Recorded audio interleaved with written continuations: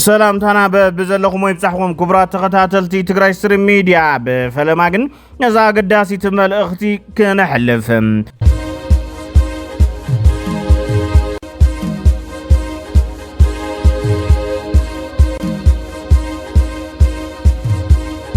እዚ አበ ምስሊ ትሪዎ ዓጠበ ዝበሃል ቦታ ከባቢ አልጋሃር እዞም ሪኦም ዘለና ወገናት ድማ ካብ ሱዑዲ ብዝተደርበየ ሳሮክ ዝተባሃለ ተተኳሲ ዝተወቅዑ ወገናት እዮም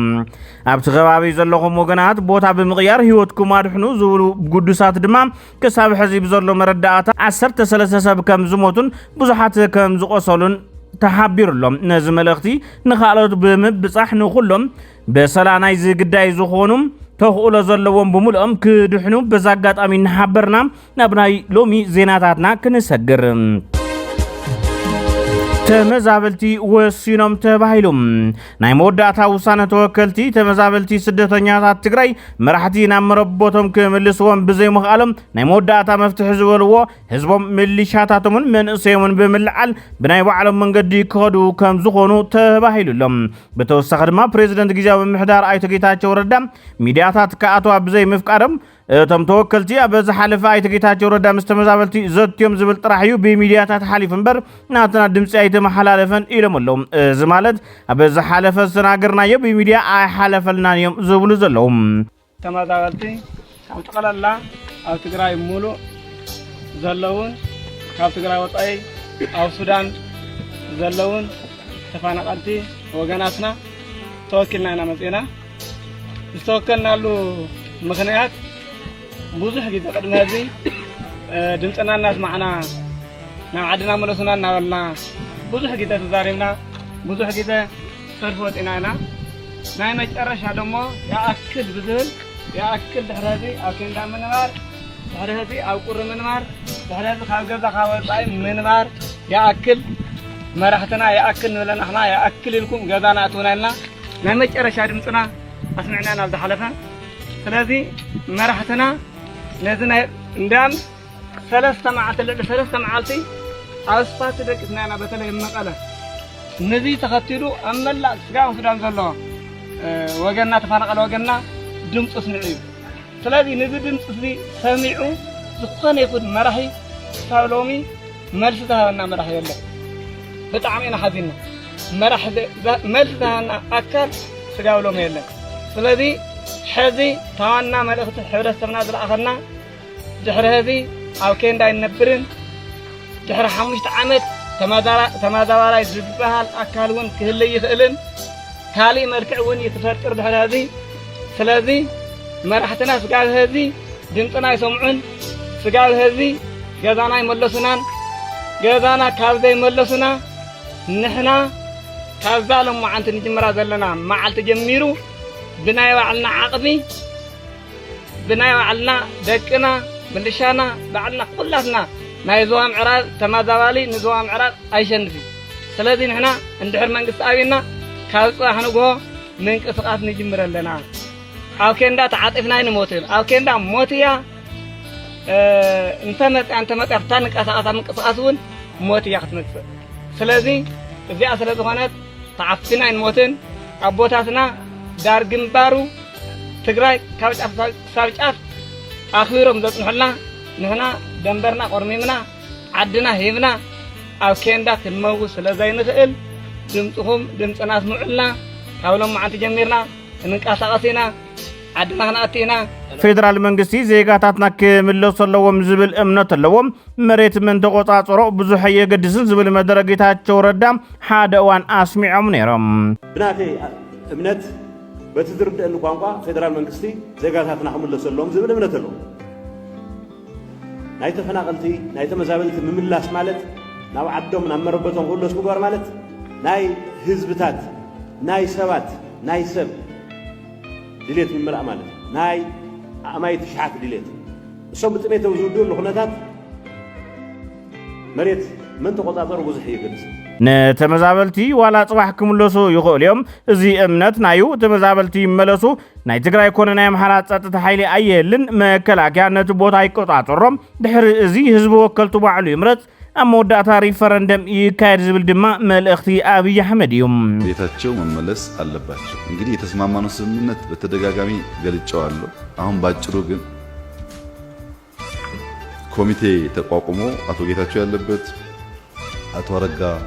የአማራ ክልል ፕሬዝዳንት ያለበት፣ ከፌደራልም ኃላፊዎች ያሉበት ሰሞኑንም ይወያያሉ። የኛ ፍላጎት መጀመሪያ የተፈናቀሉ ሰዎች በሙሉ 100% ቤታቸው እንዲመለሱ 100%። ይሄ በተደጋጋሚ ብለናል። አሁንም በማንኛውም ሰዓት ቤቴ ሁመራ ያለው መለሳለሁ ካሉ ነገ እኛ ለመመለስ ዝግጁ ነን። ለመከላከያ የተሰጠው ስራ ይሄ ነው። በአካባቢው የትግራይ የአማራ የሚባል ጸጥታ ኃይል እንዳይኖር መከላከያ ይኖር። ሰዎች ይታወቃሉ። የማን ቤት እንደሆነ ይታወቃል። የማን እርሻ እንደሆነ ይታወቃል። ችግር የለው። እርስ በርሱ ይተዋወቃል። ሰው ቤቱ ይመለስ። ቤት ከተመለሰ በኋላስ ራሱ ህዝቡ ያስተዳድረኛል የሚለውን ሰው ከራሱ ልጆች ይምረጥ። በራሱ ልጆች እያደረ ከተረጋጋን ልብ ከገዛን በኋላ ዓለም እያየ ህዝቡ ራሱ ሪፈረንደም አድርጎ እኔ ትግራይ ነኝ እኔ አማራ ነኝ ይበል። ቀድመን እኛ እንደዚህ አንናገር። መጀመሪያ ግን ቤቱ እርሻው ማሳው ይግባ። ይሄ ነው የኛ አቋም። መቀሌ መቀመጥ አያስፈልግም። ሽሬ መቀመጥ አያስፈልግም። አስፈላጊ ድጋፍ እኛ እናደርጋለን። ቦታችሁ ተመለሱ። ከተመለሳችሁ በኋላ መቼም እርግጠኛ ነኝ እርሶና ሌላ የእርሶ እህት እዛ ጎረቤት ያለች አብራ ያደገች አብራ የኖረች ስትገናኙ መላቀሳችሁ አይቀርም፣ ማዘናችሁ አይቀርም። እናንተ አትፈልጉትም። ግጭቱ መጣባችሁ በፖለቲከኛ እንጂ እናንተ ሐሳብ አይደለም። ስትነጋገሩ ከውስጣችሁ የሚበጃችሁ የሚጠቅማችሁን ሰው መርጣችሁ እንዲያስተዳድራችሁ በልጆቻችሁ መተዳደር ትችላላችሁ። ይሄ ነው የኛ አቋም። ይሄንን ብንተጋገዝ ጥሩ ነው። እና አቶ ጌታቸውም ስብሰባ አላቸው። ሰው ወደ ቦታው ክረምት ሳይመጣ መመለስ አለበት ወደ እርሻው። በፌደራል መንግስት በኩል ዝግጁነቱም አለ። ለማገዝም ከምትሉት በላይ ፈቃደኛ ነን። በኋላም ኮሚቴ ያላችሁት የሚያነጋግራቸው ሰዎች ካሉ በዚህ አግባብ ማናገር ይቻላል።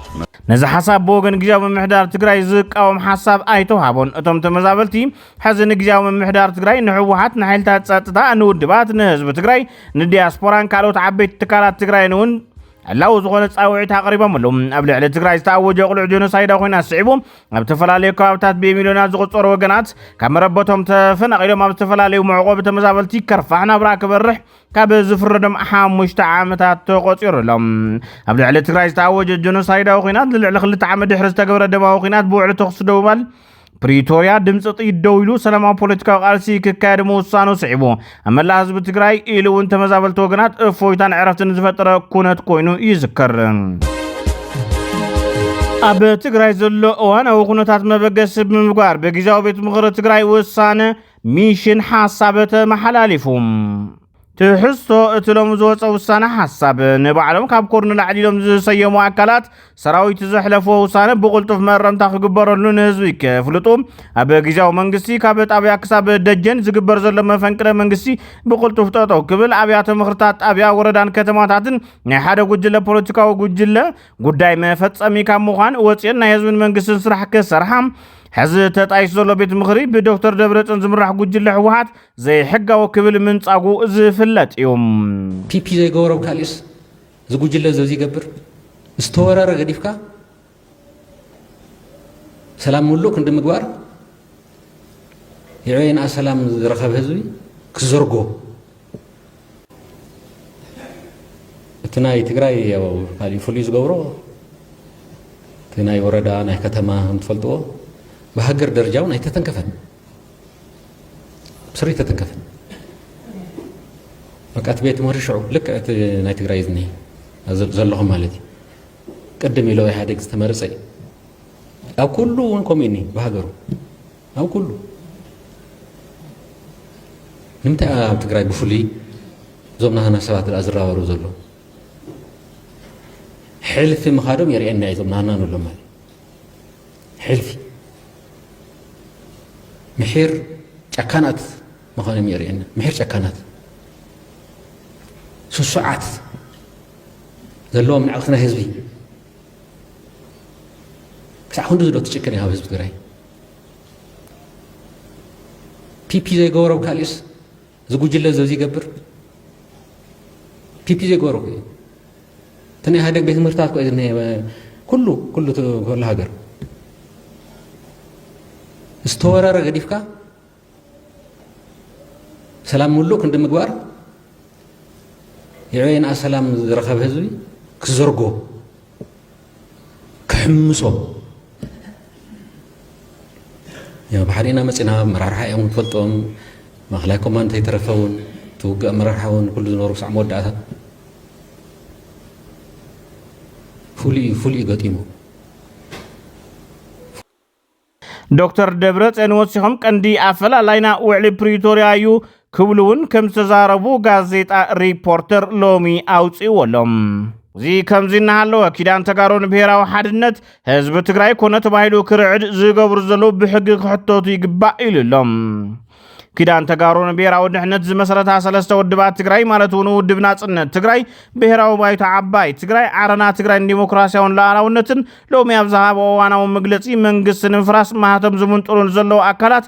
ተህዝብ ይኾነሉ ከቀሞም ከም ዝግባእ ሓቢረን ኣብተሎም ዝተዋበ መግለጺ ካብ ተልዓሉ ሓሳባት ውድብ ሕወሓት ሰራዊትና ናብ ናይ ግሉ ጥቕሚ ጎቲቱ ብምእታው ህዝብ ናብ ራዕዲ ካኣቱ ይገብረሎም ናብ ህዝብ ብረት ክትትኩሱ ብጀነራላትና እትእዘዝ ዘለኻ ሰራዊትና زنبي ببال نابول الدخا بزي متقواس زي قنتا وحلافنت كاتواتا قلقل مرار حسراويتنا هزو وسانة زي كوناس أبي صفات حوحات زلو قجل زهابا وسانة كتكبر يزطعر زلوهم زي زودقنا حيلين بسلطان بمملات أقام تقرأي يفتح يولنا أين أمنن جنرالاتنا كابه الله وتقرأي وريدومنا حدو قجل موغانم نقومنا جيقنا سراويتنا زي وكليوم سلطان بحيلين حدو قجل مهاتم زمن تلزلو أكرات كابه سروحهم كو قطاو يقبا نحن حوحاتنا زبلا مرار حسراويت بقلع نسراويت يفرسوا كم زلو كفلات يقبا سقم تقرأي نار يبرحوا زم عدو زلو تقارو سقطهم كبكع حزبنا كابتيج متصح دقانا يمحلو حلافنتهم كواتو يقبا بمغنيا سدات أبحر زتحالو تقارو زسمعنا حزدنا قلتنا نملا بيتسب مصنعنا عن منهم إيلم اللهم أبتلو مستوها بقازيت أو مقلص كيران تقارون بيرا ودحنت نامرار حصراوي تقراي بجغن النت استملأ تاريخهم نغيب بلاشن كاب حدا قجل وتحساس با وطيوم نبسرع وتدراو قمنا كملسون تاوعي تغير لهم حزة تقراين تقارون بيرا ودقت حقاتي منا يلنز أمنا سلسيان بيراويان ودبات بيراو سنيت بمفتار مبر تفلالي خامغاد نتاقاتي مزلو تقام نفتح سلازة تقام اتن ودبات حابيران كك على ساكم زو السنة يذكرم من تعال زوعل زلو مريحنت كابت حتى تنت عيدحن اتو حوحات زبها الودب بالتدقاقامي دفيت الناقبر تسعط الناقبر اجأنقو ناوزو تقبارو زي زمتهم نزوم عززتي لعلوت عززت سراويت تودب حوحات نسو زفلت اللهم حاتيات كهلي خيل بمنتا يفرارحهم كم زلو زفلت اللهم قد كهلي خيل بزخون يخون من قدقن أجأنقو صاغط فتيرو نابز قوقي تقبارو زي كامروحو ليتن كاترن يسرح زلو بعلوون سراويت حيزو ناب سلطان كملس زي تعر زلو وجل حوحات قصر حادة حاتاتي أو زي فرسات زي قصر حادة حاتات خونز قبو أكالي تعاقيتو تباهيلو زنبرا حلاف السطتا زوبا مبراق ايتا كيدو قبرت صادق تلقيقلهم ايتا كيدو اب بيت حوريات تبهال بوتا لو معلت حدا مقابيت كل تشحن 17 عامت مرت تعاقيتو منبارو زفلت يوم نازد ما عالم سجد زتبهال اب 14 ازازي تدلي لخيلو أبكيلا عاقيتو كم زنبريو تحبيرو زلوم أي تكيدو كفتح صعري من أسي كتما عدقراتن كتما عداق حامس نيزبل حابريتاتون واتلوم أب عدقرات عداق حامس كيلا تعاتيو كم زنبرون زتحبرو غينوم قال من أسي دما كيلا منم تساقم يلن زبل مرداتا أنهاو يوم سلام بك عبيتي كمين بقول هزين بكون كتما عداق حامس كيلا غينو هزين بك عسرت خلالنا عداق حامس كتما كيلا غينو يحلو الورا كاب حق حقهم هان بس مسمرني حد قال بس مسمرني انا ما عندي ليلن بزيد انا كنت محتاج من عندي ليلن بزيد ما كتم عبرقات نخيت كيلا نا من عينت يخون برت مالي ابي صحفات الزوبا اوبريشن ناي مغبار حساب كم زنبره نايتي زوبا اما حدار زخونه سلمون تكو دما نتخونتا تملكتو مبري مهابو يذكريوم